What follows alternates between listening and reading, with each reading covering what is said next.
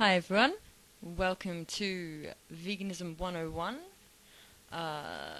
and this one is going to be on where do I get my protein, which is something that people who are not vegan are often curious about, and something that people who are considering or are just starting to become vegan sometimes worry about. Okay, now I just want to start off by mentioning something that will become evident as I go along. Protein, the word protein has become synonymous with meat, or maybe cheese, or eggs. Protein is just a component of food. It doesn't have to come from any specific kind of source. And I think what has happened is that people who write about nutrition have created this association between meat and other animal products and protein, and it being the only place you can get it from. So you get sayings like, people will say, you know, if you've got any blood sugar issues or things like that, make sure you have protein with every meal. What is implied by that is that they're saying have meat with every meal.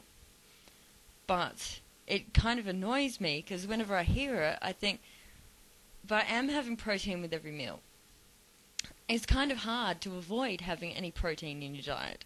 You'd have to live, I guess, exclusively on fruit, pretty much. And not even fruitarians do that, because they eat seeds and nuts as well. So, yeah.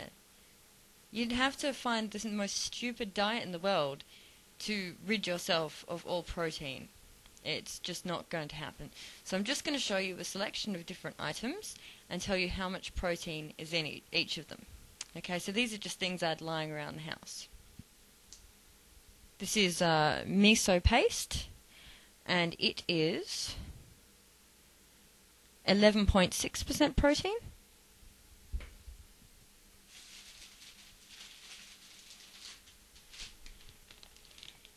This is the mock meat I was eating in my other video that looks like chicken on a skewer, and it is approximately 10% protein.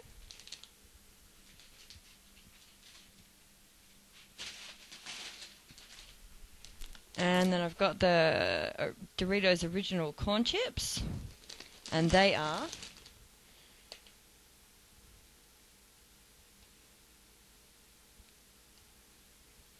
23.2% protein.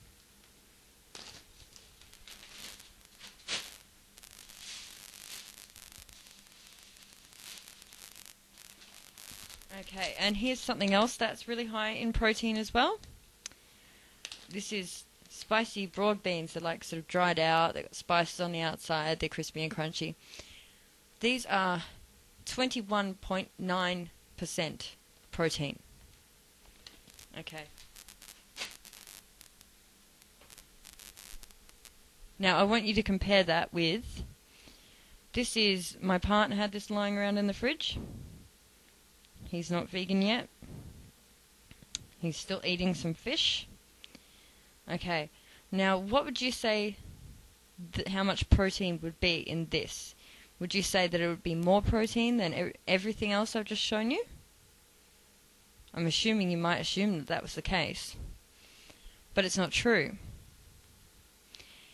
It only has 16.6% protein. It's the flesh of an animal, and it has less protein in it than some of the other things I showed you.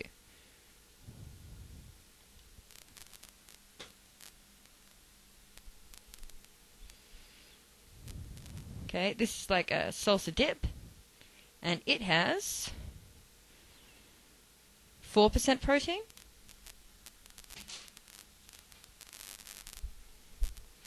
It's a packet of saffron rice, and it has 8 point... Oh no, hang on, that's for 125 grams. Just off the top of my head, it's got 8.4 grams to an 125 gram serving size, so I think that's about 6 grams. 6%.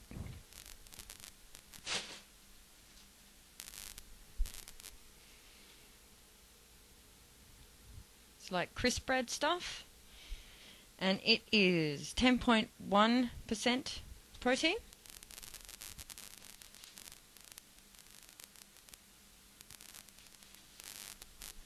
And this is a bag that did have red lentils in it. And it was 7.4% protein.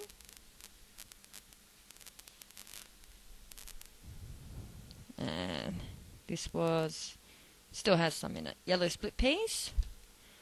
And it is 9.2% protein.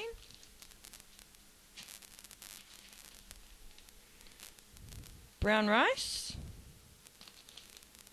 is 7.3% protein. Right, so that's just a bunch of stuff that I selected randomly out of my fridge.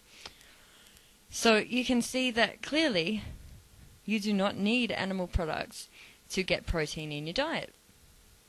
Any animal products whatsoever to get protein in your diet. Now, there's a lot of people, in the 70s I think it was, this woman released a book about vegetarian nutrition, and she made a big to-do about protein combining. So things like, because there's a whole bunch of amino acids. I won't go through and talk about each one and all the rest of it, because it's not essential. But, yeah, so things like she was recommending that you have rice with lentils, because the two together has all the necessary amino acids in it. You eat it together, your body makes all the amino acids that you need to function. And so people got all crazy about how you had to combine proteins. But it's since been discovered that as long as you eat a wide array of food during the day, your body will be able to grab all those different amino acids and put them together to make complete proteins. And there is also some vegetable products that have complete proteins just in them. It's just the nature of the way they are.